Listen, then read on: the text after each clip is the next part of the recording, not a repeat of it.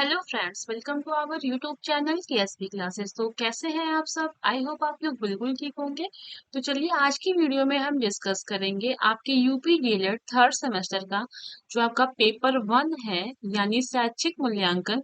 आज उसकी जो है लास्ट क्लास होने वाली है। आज ये क्लास कंप्लीट हो जाएगा और आपका जो है एक चैप्टर का सिलेबस पूरा फिनिश हो गया, यानी आज आपका शैक्षिक मूल्यांकन की अंतिम क्लास है। अब उसके बाद कल से हम समावेशी शिक्षा पढ़ेंगे और आपका जहाँ तक कि हिंदी और आपका जो संस्कृत है वो भी आधे से ज्यादा सिलेबस हो चुका है। ठीक है, तो हमारा जो है 4 सिलेबस एक साथ ही लगभग एक हफ्ते के अंदर या तो मान के चलिए 10 दिन में आपका 4 सिलेबस फिनिश हो जाएगा। ठीक, और बाकी की जो क्लासेस बच रही हैं वो भी आपका एक हफ्ते के अंदर खत्म हो जाएगा। फिर एग्जाम के कुछ दिन पहले हम लोग क्या करेंगे कि सीरीज वगैरह फिर जो प्रीवियस ईयर पेपर है उन सब चीजों को हम क्या करेंगे, डिस्कस करेंगे। ठीक, चलिए। जैसा कि आप सभी को पता है लास्ट क्लास में हम लोगों ने क्या पढ़ा था, पूरा शिक्षा से संबंधित ये नवाचार होता क्या है, नवाचार मतलब क्या क्या होता है, कैसे किस क्षेत्र में क्या होता है, वो सब हमने डिटेल में पढ़ा। ठीक, तो आज हम पढ़ने वाले हैं नवाचारों का महत्व। ठीक, यानी नवाचारों का महत्व क्या है वो हम पढ़ेंगे। तो चलिए स्टार्ट करते हैं। तो पहला है महत्व, आपका नवाचार जो है उसका पहला महत्व क्या है, मूल्य शिक्षा की क्षरण को रोकने के लिए।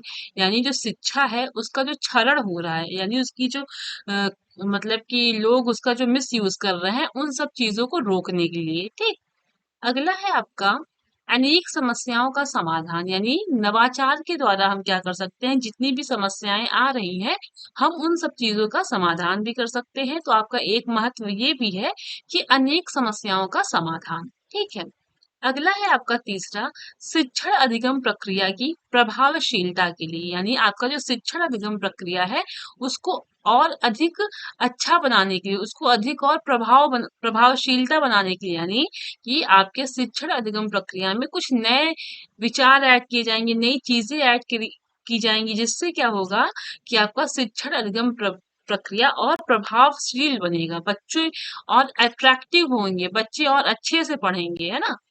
चलिए अगला है आपका सांप्रदायिक सद्भावना बढ़ाना। यानी आपका सांप्रदायिक का मतलब क्या है कि हर एक धर्म के लोग, हर एक जाति वर्ग जितने भी हैं सब लोग एक साथ जो होते हैं वही आपका सांप्रदायिक कहलाता है। तो मतलब बिना किसी मन में किसी द्वेष के, किसी ईर्ष्या के, हर एक इंसान एक दूसरे के साथ अच्छे से रहे ना। तो ये आपका नवाचार का एक महत्व ये भी है कि आपका सांप्रदायिक सद्भाव बढ़ाना। ठीक, अगला है आपका कौशलों के विकास के लिए। ठीक, फिर आपका अगला महत्व है नवीन शिक्षण विधियों के ज्ञान के लिए। यानी आपके नवाचार का महत्व ये भी है कि नवीन शिक्षण विधि, यानी नए नए शिक्षण विधि भी आपके बने, है ना, जिससे क्या हो कि और बच्चे को ज्ञान मिले। ठीक, अगला है आपका शिक्षा व्यवस्था में सुधार के लिए। यानी आपकी जो शिक्षा व्यवस्था है, नवाचार के द्वारा हम शिक्षा व्यवस्था में सुधार भी कर सकते हैं। ठीक, अगला है आपका अनुसंधान के विकास के लिए। यानी अनुसंधान और जो शोध हो रहा है उसके और उसको और डेवलप करने के लिए और विकास करने के लिए। तो ये हमने क्या पढ़ा, नवाचारों का महत्व, नवाचार का क्या महत्व है। तो आपने देखा हर एक फील्ड में आपके नवाचार का इम्पोर्टेंस है ना। उसके बाद देखिएगा शैक्षिक नवाचार के क्षेत्र। ठीक, शैक्षिक नवाचार के क्षेत्र यानी शिक्षा में आपका नवाचार का कौन कौन सा एरिया है वो चीजें हम अब यहाँ पे डिस्कस करने वाले। ये सब, ये चैप्टर बहुत इंपॉर्टेंट है, एग्जाम में बार बार क्वेश्चंस बने हुए हैं। ठीक, चलिए देखते हैं।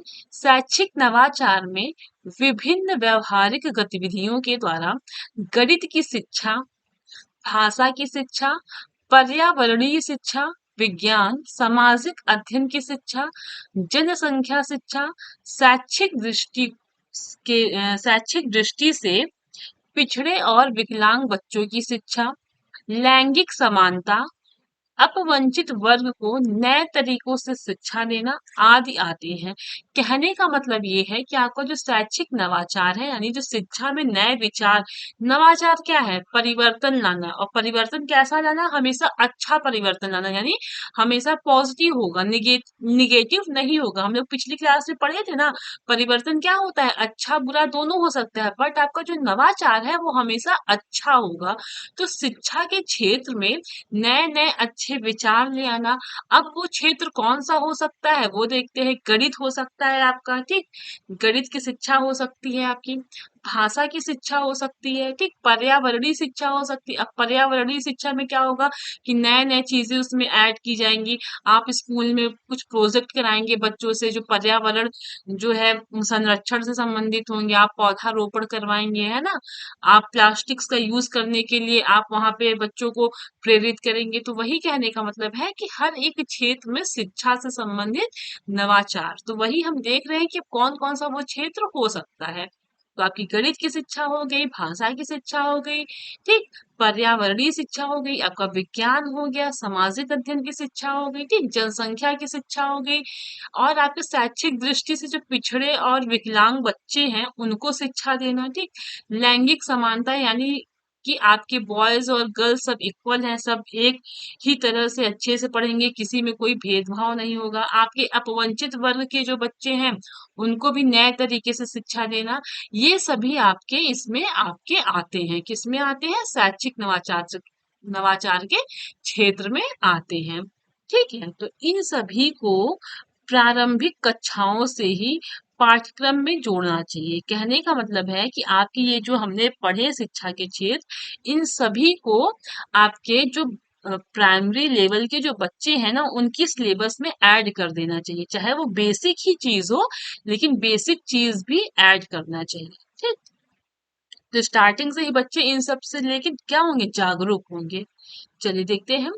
पर्यावरण शिक्षा, जनसंख्या शिक्षा, लिंग भेद का निवारण, संवेदीकरण, सामाजिक समानता के अवरोधों की समाप्ति आदि 21वीं शताब्दी की चुनौती का सामना करने के लिए आवश्यक है। कहने का मतलब ये है आपकी 21वीं शताब्दी यानी आज के टाइम पे सबसे ज्यादा जो हमारा टॉपिक है, जो हमें चैलेंज करता है, वो क्या है? सबसे पहला तो है पर्यावरण शिक्षा, है ना। मतलब पर्यावरण, आप सभी को पता है ओजोन लेयर भी जो है उसमें छिद्र हो गया है ना। उससे हमारा पर्यावरण बहुत इफेक्ट हो रहा है। ठीक, लोगों को कैंसर हो रहा है, गर्मी बढ़ती जा रही है, बारिश कम हो रही है। तो ये क्या है कि आज के टाइम में सबसे बड़ा चैलेंजिंग काम है। इसलिए इन सब में क्या होना चाहिए? नवाचार हो रहा है कि नए नए विचार दे रहे हैं कि आप जो है ज्यादा से ज्यादा पेड़ लगाइए, है ना, पॉल्यूशन ना करिए। तो ये सब चीजें क्या हो रही है कि आपका शुरू कराया जा रहा है। जैसे जनसंख्या शिक्षा, जनसंख्या मतलब इतनी ज्यादा बढ़ रही है तो लोगों को इसके लिए जागरूक करना। आपको पता है कि को भी हमने इंडिया वालों ने पार कर दिया है ना। चाइना फर्स्ट नंबर पे था, बट अब इंडिया फर्स्ट नंबर पे हो गया। हमारे यहाँ क्या होता है कि लिंग भेद का निवारण, यानी कि आपके जेंडर में भी डिफरेंसेस होते हैं, लड़की लड़के में डिफरेंस होता है ना। और जो सामाजिक कुरीतियां हैं वो सब भी बहुत सारी चीजें हैं। तो इन सब को समाप्त करना आज के टाइम में हमारा सबसे ज्यादा चैलेंजिंग का काम है, और इनको करना बहुत आवश्यक है। पर्यावरण को संरक्षित करना है, जनसंख्या पे कंट्रोल करना है, ठीक है, लिंग भेद पे किसी भी प्रकार का कोई भी आपका वो नहीं करना है, यानी भेदभाव नहीं करना है, सब इक्वल है, ठीक, सबको बराबर का जो है हक मिलना चाहिए, है ना। और आपकी जो सामाजिक में कुरीतियां हैं, जो मतलब रूढ़वादी चीजें हैं, इन सब चीजों को समाप्त करना आज के टाइम में हमारा सबसे बड़ा चैलेंजिंग का काम है। ठीक, अब हम ये देखेंगे कि शिक्षण अधिगम में नवाचार, यानी शिक्षण अधिगम में क्या क्या नवाचार है वो हम देखेंगे। तो शिक्षण कार्य किसी भी देश के विकास तथा उन्नति के लिए तकनीकी आधार है। कहने का मतलब ये है कि आपका जो शिक्षण कार्य यानी जो शिक्षा होता है ना, वो हर एक देश का, ठीक, विकास और उन्नति में सबसे ज्यादा सहयोगी होता है। जो आज के टाइम में जो देश बहुत प्रोग्रेस है यानी बहुत ही ज्यादा उन्नति कर चुके हैं, वहां के लोग जो है ना वो अधिकतर ज्यादातर क्या है आपके शिक्षित हैं। तो कहने का मतलब यही है कि आपका जो शिक्षा है उसके द्वारा देश का विकास भी कराया जा सकता है और देश की प्रोग्रेस भी कराई जा सकती है। तो कुल मिला के आपका शिक्षा जो होता है वो देश के विकास और उन्नति के लिए बिल्कुल बेस बना होता है, इसका नींव होता है। ठीक है। शिक्षण के द्वारा बच्चों के व्यवहार में परिवर्तन लाए जा सकते हैं। ठीक, यानी आपके शिक्षण के द्वारा क्या होता है कि बच्चों के आपके व्यवहार में परिवर्तन लाया जा सकता है। ठीक, इसलिए बच्चों के पाठ्यक्रम में जनसंख्या शिक्षा, यौन शिक्षा आदि चीजें शामिल की जाए। ठीक, यानी आपके बच्चों का जो सिलेबस है उसमें पॉपुलेशन से संबंधित, यौन शिक्षा से संबंधित जो भी चीजें हैं वो शामिल की जानी चाहिए। साथ ही शिक्षण विधाओं में नई विधियां यानी आपकी जो शिक्षण विधियां हैं उसमें कुछ नए विधि भी इंक्लूड करने चाहिए, जैसे खेल पद्धति, गतिविधि, करके सीखे, भ्रमण एवं प्रयोग पद्धतियों का नवाचारी प्रयोग किए जाए। यानी कहने का मतलब ये है कि शिक्षा में जो भी आपकी शिक्षण विधियां प्रयोग की जा रही है उसमें कुछ नई विधियों को भी ऐड किया जाए, जैसे खेल पद्धति यानी खेल के द्वारा बच्चों को सिखाया जाए, गतिविधियों एक्टिविटीज के द्वारा बच्चों को कुछ सिखाया जाए, करके सीखे यानी उनको आप कुछ प्रोजेक्ट दीजिए और वो स्वयं करके वो चीजें सीखे, है ना। भ्रमण एवं प्रयोग, आप बच्चों को टूर पे ले जाइए, वहां से बच्चे कुछ ना कुछ सीखेंगे। तो वही कहा जा रहा है कि साथ ही क्या करना चाहिए कि शिक्षा विधाओं में नई विधियों को भी प्रयोग करना चाहिए। आप जैसे कि आपकी खेल पद्धति हो गई, गतिविधि हो गई, करके सीखे, भ्रमण एवं प्रयोग, इन पद्धतियों का भी प्रयोग करना चाहिए। ठीक, अब देखिए मूल्यांकन में नवाचार, यानी कहने का क्या मतलब है, ये है आपका मूल्यांकन में नवाचार। अब तो हर चीजों में नवाचार तो हो रहा है, तो हम जब बच्चों का आपका उनकी मूल्यांकन करते हैं यानी उनका जब हम जांच करते हैं, उनको जब हम परखते हैं, तो उस चीज में भी तो नई पद्धतियों को शुरू करना चाहिए, यानी उसमें भी तो कुछ ना कुछ सुधार होना चाहिए। मूल्यांकन में भी तो नवाचार होना चाहिए, यानी मूल्यांकन करने का तरीका भी तो उसमें भी तो कुछ ना कुछ परिवर्तन करना चाहिए। तो वही कहा जा रहा है कि मूल्यांकन में नवाचार क्या है, कैसे किया जाता है, तो वो देखेंगे। मूल्यांकन के क्षेत्र में अनेकों नवाचार किए जा रहे हैं। कहने का मतलब ये है कि मूल्यांकन के क्षेत्र में अलग अलग परिवर्तन या नवाचार या नई विधियों का प्रयोग किया जा रहा है, जैसे तिमाही, छमाही व वार्षिक परीक्षाओं के स्थान पर सतत मूल्यांकन किया जाने लगा है। आप सभी को पता है पहले के टाइम में सिर्फ तिमाही, छमाही, वार्षिक परीक्षा होता था, बट आज के टाइम पे क्या हुआ है कि बच्चों का यूनिट टेस्ट होता है। यानी आप बच्चों को पढ़ाते भी रहे, टेस्ट भी लेते रहे, वीकली टेस्ट होता है, मंथली टेस्ट होता है। ठीक है, सेमेस्टर वाइज एग्जाम हो चुका है। तो ये सब क्या है, आपके मूल्यांकन में कुछ न कुछ सुधार हो रहा है। जो आपका ये सेमेस्टर वाइज एग्जाम हो रहे हैं, आपके यूनिट टेस्ट कराए जा रहे हैं, मंथली जो आपका टेस्ट हो रहा है, ये सब क्या है, आपके मूल्यांकन का नवाचार है, यानी नया परिवर्तन किया जा रहा है। ठीक, मूल्यांकन में अनेकों प्रकार के प्रश्न भी ऐड किए जाते हैं, जैसे आपका वस्तुनिष्ठ, बहुविकल्पी, दोनों एक ही चीज है। ठीक, लघु उत्तरी, अति लघु उत्तरी आदि प्रश्नों का प्रयोग किया जा रहा है। मूल्यांकन में नवाचार हमने अभी पढ़ा कि आपके जैसे तिमाही, छमाही, वार्षिक परीक्षा होते थे, तो इन सब के स्थान पर सतत मूल्यांकन किया जाने लगा है। सतत मूल्यांकन यानी यूनिट टेस्ट, मंथली टेस्ट, आपके प्रश्न भी अलग अलग तरीकों से अब बनने लगे हैं। अब आपके बहुविकल्पी क्वेश्चन आते हैं, वेरी शॉर्ट आते हैं, है ना, शॉर्ट टाइप क्वेश्चंस आते हैं। तो ये आपका क्या है, मूल्यांकन में नवाचार है, यानी मूल्यांकन में भी आपका मूल्यांकन करने के तरीके में भी आज के टाइम में परिवर्तन किया जा रहा है। ठीक है, चलो अब हम आगे पढ़ेंगे आपका प्रार्थना स्थल की गतिविधि में नवाचार। प्रार्थना स्थल यानी जब आप स्कूल में प्रेयर करते हैं, जो आपका होता है प्रेयर का ग्राउंड, वही आपका प्रार्थना स्थल कहलाता है। ये सॉरी, वही आपका प्रार्थना स्थल है। तो वहां पे जो गतिविधियां होती हैं उनमें क्या नवाचार है, यानी उसमें क्या नई विधि या नया परिवर्तन लाया गया, वो हम पढ़ने वाले हैं।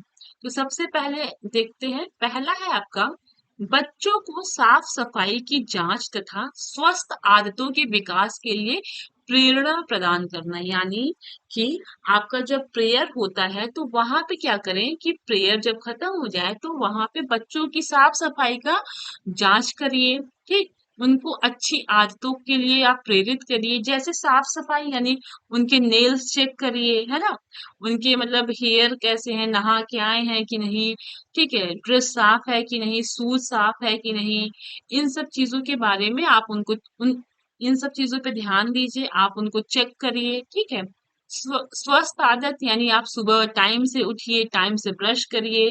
ठीक है, इन सब चीज के लिए बच्चों को प्रेरित करना चाहिए। ठीक, अगला है आपका महापुरुष या धर्म ग्रंथ के सद्वाक्य का वाचन तथा उसको अनुसरण करने की प्रेरणा। महापुरुष या धर्म ग्रंथ जैसे कि आपके जो आपके महात्मा गांधी हो थे, ठीक है, सुभाष चंद्र बोस थे, रविन्द्रनाथ टैगोर जी थे, ये सब लोग जो थे इनके द्वारा जो स्लोगन्स कहे गए थे, ठीक, या तो जो भी थॉट्स होते हैं, अच्छे अच्छे सुविचार होते हैं, उन सब चीजों के बारे में बताना या बच्चों के द्वारा एक एक कोटेशन बुलवाना, ठीक, इन सब चीजों का भी अनुसरण करें बच्चे, इन सब चीज के लिए उनको प्रेरित करें। ठीक, समाचार का वाचन यानी आपका जो डेली न्यूज़ पेपर होता है उसका जो मेन हेडलाइन होता है या पर डे का जो टॉपिक होता है, जो न्यूज़ सबसे इम्पोर्टेंट न्यूज़ होती है, उन सब चीज के बारे में भी आप प्रार्थना स्थल पे डिस्कस करवाइए बच्चों से। ठीक, अगला है आपका आयोजित होने वाले कार्यक्रमों की घोषणा, यानी आपका आने वाले टाइम में जो भी आपके प्रोग्राम्स होने वाले हैं उन सब चीजों को भी आप प्रार्थना स्थल पे ही वहां पे जो है आप बच्चों को बता दीजिए कि इस दिन आपका अब कल जो है ये बच्चे प्रेयर कराएंगे और कल आप दो बच्चों को जो है सदवाक्य तैयार करके आना है। ठीक है, आप लोगों को कल ग्राउंड पूरा सही से अच्छे से साफ सफाई करवाना है। तो ये सब चीजें क्या है कि आप प्रेयर स्थल पे यानी प्रार्थना स्थल पे ही इन सब कार्यक्रमों की घोषणा आप कर दीजिए। ठीक है, ये आपका क्या है, प्रार्थना स्थल की गतिविधियों में ये आपका नवाचार है कि आपका जो प्रेयर होता है वहां पे क्या क्या अब नई नई विधियां या नए नए परिवर्तन किए जाए, ये हमने अभी यहाँ पे पढ़ा। अब हम पढ़ेंगे कि पाठ्यक्रम सहगामी क्रियाकलाप यानी आपका जो सिलेबस होता है उसमें कौन कौन सी चीजें सहगामी यानी कौन कौन सी चीजें हेल्प करती है, वो चीजें हम पढ़ने वाले हैं। तो देखते हैं, क्रियाकलाप भावात्मक शब्द है, इसके अनेक नाम हैं। कहने का मतलब ये है कि क्रियाकलाप क्या है, एक इमोशनल यानी भावात्मक शब्द है, इसके अलग अलग नाम हैं, जैसे पाठ्यक्रम गतिविधियां, पाठ्यक्रम समवर्ती क्रियाएं, अर्ध पाठ्यक्रम समवर्ती, सामूहिक गतिविधियां, पाठ्यक्रम सहगामी क्रियाएं इत्यादि, ये आपके जो हैं इनका अनेक नाम है। ठीक, और आपका जो शिक्षा है ना उसका उद्देश्य क्या है, उसका उद्देश्य है सर्वांगीण विकास, यानी शिक्षा का उद्देश्य है आपका सर्वांगीण विकास। अब आपका सर्वांगीण विकास क्या होता है, यानी सभी क्षेत्रों का विकास, जैसे कि बच्चे का शारीरिक विकास, मानसिक विकास, चारित्रिक विकास, सामाजिक विकास, नैतिक विकास, भावात्मक विकास, सांस्कृतिक विकास। ठीक, इन सब चीजों का विकास करना ही शिक्षा का उद्देश्य है। ठीक, सर्वांगीण विकास कहेंगे आप तो सर्वांगीण विकास के अंतर्गत ये आपके सभी विकास आ जाएंगे। ठीक है, चलिए, तो अब देखते हैं आपका जो पाठ्य सहगामी क्रियाकलाप है उसमें कौन कौन से उपयोग किए जाने वाले शैक्षिक विचार है वो हम डिस्कस करेंगे। तो पहला है आपका साहित्यिक क्रियाएं। ठीक, तो साहित्यिक क्रियाएं में क्या, आप गोष्ठी कर सकते हैं, यानी आप एक ग्रुप बना के आप बैठ के बात कर सकते हैं। ठीक, वाद विवाद प्रतियोगिता करा सकते हैं, दो बच्चों के बीच में एक टॉपिक दे दीजिए, वो बीच में क्या करें, डिस्कस करें। कवि सम्मेलन करा सकते हैं, ठीक, भाषण प्रतियोगिता करा सकते हैं। ठीक है, स्कूल अखबार स्कूल अखबार यानी जो आपका न्यूज़पेपर आता है उसमें आप बच्चों से बोल सकते हैं कि जो टॉप न्यूज़ है उस पर डिस्कस करें। विद्यालय पत्रिका हो सकती है, ठीक, साहित्य परिषद और भाषा परिषद, ये सब आपकी साहित्यिक क्रियाएं हैं। तो इन सब के द्वारा साहित्यिक क्रियाओं के द्वारा हम शिक्षा में नवाचार ला सकते हैं। ठीक, चलिए, अगला है आपका खेल कूद प्रतियोगिता तथा शारीरिक व्यायाम। शिक्षा में और हम क्या कर सकते हैं कि खेल कूद प्रतियोगिता करा सकते हैं, ठीक, शारीरिक व्यायाम करा सकते हैं, इससे क्या होगा कि बच्चे मानसिक रूप से स्वस्थ रहेंगे। है ना? हर जैसे कि हालांकि और स्कूल्स में होता भी है, हर शनिवार को क्या कराते हैं कि ड्राइंग वगैरह कराते हैं, गेम कराते हैं, है ना? तो ये सब चीजें होनी चाहिए, ठीक है। अगला है आपका छात्र परिषद या छात्र संघ। अब देखिए ये क्या होता है कि बच्चों को स्कूल में ही चीजों का लीडरशिप के बारे में नॉलेज देना। तो आप क्या करते हैं कि क्लास का मॉनिटर जब चूज करना है तो आप बोलेंगे कि जिन बच्चों को मतलब 2-3 बच्चे रहेंगे, आप वहां पे बोल देंगे कि जिनको मॉनिटर बनाना है आप सभी हाथ उठाइए या वोट करिए जिसको भी बनाना है। तो यहाँ से बच्चों को लीडरशिप की भावना आएगी, जो अच्छा काम करेगा, जो हमारी बातों को सुनेगा उसी को हम मॉनिटर बनाएंगे। तो वही चीज आपका छात्र परिषद और छात्र संघ है, ठीक है। अगला है आपका समाज कल्याण संबंधी क्रियाएं, यानी समाज से संबंधित जो भी समाज के कल्याण के लिए जो क्रियाएं हैं वो भी कराना, जैसे समाज सेवा क्लब, सहकारी क्रियाएं, श्रमदान एवं गाइडिंग। जैसे कि बच्चों को आप बताइए कि कैसे हमें एक दूसरे की हेल्प करना चाहिए, है ना? आप उनको पब्लिक प्लेस पे ले जाइए, जैसे पार्क वगैरह हो गया, वहां पे आप बताइए कि हमें गंदगी नहीं रखनी चाहिए, साफ सफाई रखनी चाहिए, ठीक। गाइडिंग कराना सिखाइए। चलो अगला देखते हैं, स्कूल प्रार्थना सभा, यानी स्कूल का जो प्रेयर का सिस्टम था वो तो हमने पीछे पढ़ा। तो ये सब चीजें क्या है, शिक्षा में नवाचार करने का ये सारी चीजें होती हैं, इनके द्वारा हम शिक्षा में नवाचार ला सकते हैं, ठीक है। अब हम देखेंगे सामुदायिक सहभागिता, ठीक। सामुदायिक यानी ग्रुप का जो सहभागिता होता है वो हम अभी यहाँ पे पढ़ने वाले हैं। चलिए देखते हैं, प्राथमिक शिक्षा में समुदाय की सक्रिय भागीदारी निश्चित करने के लिए अनेक शासन देश तथा विभागीय आदेश दिए गए, ठीक है, आदेश होगा, दिए गए, जिसके द्वारा ग्राम शिक्षा समितियों को अनेक दायित्व व अधिकार प्रदान किए गए। कहने का मतलब ये है कि आपका जो प्राथमिक शिक्षा है, ठीक, वहां पे सभी समुदाय की सक्रिय भागीदारी निश्चित करने के लिए, यानी वहां पे जो आपका समुदाय, कहने का मतलब ये है कि आपके टीचर हो गए, हेडमास्टर हो गए, प्रधान हो गए, ठीक, इन सब के द्वारा जो भी आपका, यही तो आपके समुदाय है ना? संकुल के जो आपके हेड वगैरह हैं, ठीक, वहां के जो जो आपके पेरेंट्स होते हैं, तो इन सब के द्वारा, ठीक, मिल के आपके स्कूल के लिए सब भागीदारी, यानी सब पार्टिसिपेट करें। पार्टिसिपेट का मतलब क्या है कि सब स्कूल की आपके, यानी कह सकते हैं कि स्कूल के भले के लिए, ठीक, स्कूल को अच्छे से संचालित करने के लिए सब अपना सहयोग दें, ठीक। तो इन सब चीजों के लिए प्राथमिक शिक्षा में समुदाय की सक्रिय भागीदारी निश्चित करने के लिए गवर्नमेंट ने अलग अलग शासनादेश भी बनाए हैं, ठीक, जिससे क्या होता है कि सभी पर्सन अपनी अपनी जिम्मेदारियों को, अपने अपने दायित्व का जो है अच्छे से भली भांति वो क्या करते हैं कि काम, वो अपना अपना अपने अपने हिस्से का वो सारा काम करते हैं, ठीक। तो साथ ही प्रत्येक स्कूल में अभिभावक शिक्षक संघ यानी पेरेंट्स टीचर मीटिंग रखा जाता है, माता शिक्षक संघ एवं ब्लॉक स्तर की समिति बनाई गई है। कहने का मतलब ये है कि हर एक स्कूल में इस तरीके की समिति बनाई गई है, ठीक है। शिक्षा सामुदायिक सहभागिता की सक्रियता के लिए विभिन्न स्तरों पर ग्राम संसाधन समूह, ब्लॉक संसाधन समूह, जिला संसाधन समूह का गठन किया गया है।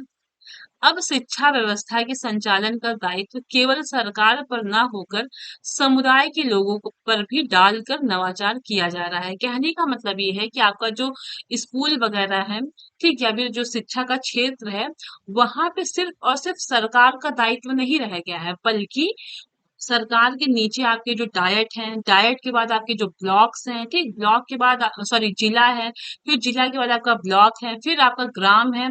तो इस तरह का एक चैन बना हुआ है ताकि सभी पर्सन अपनी अपनी जिम्मेदारियों को बखूबी से अच्छे से उसको निभाएं, ताकि एक पर्सन पर पूरा लोड ना पड़े, और इसके द्वारा क्या हो कि शिक्षा हमारा जो है, शिक्षा की जो व्यवस्था है वो अच्छे से संचालित हो सके। बात समझ रहे हैं? तो यही आपका क्या हो रहा है कि ये आपका नवाचार किया जा रहा है, नया परिवर्तन लाया जा रहा है।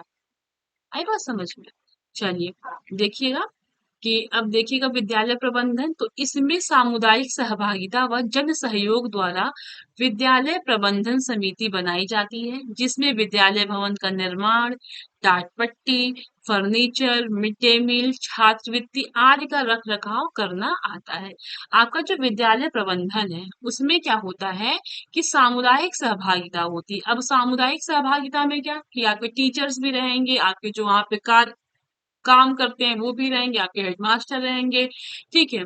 आपके जो आपके प्रबंधन समिति के जो आपके मेंबर हैं वो भी रहेंगे, प्रधान, सबका दायित्व रहेगा कि जो विद्यालय भवन है उसका रख रखाव में सब ध्यान दें, यानी रख रखाव के ऊपर सभी ध्यान दें, क्योंकि ये सभी का फर्ज है।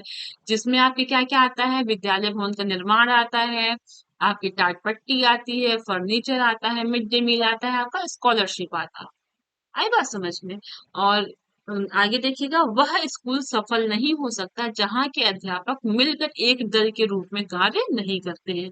और यहाँ पे ये भी कहा जा रहा है कि वह स्कूल कभी सक्सेस नहीं हो सकता जहाँ पे टीचर के बीच में जो है क्या हो, मतभेद हो। यानी अगर टीचर के बीच में मतभेद है तो वो स्कूल कभी सक्सेस नहीं हो सकता है।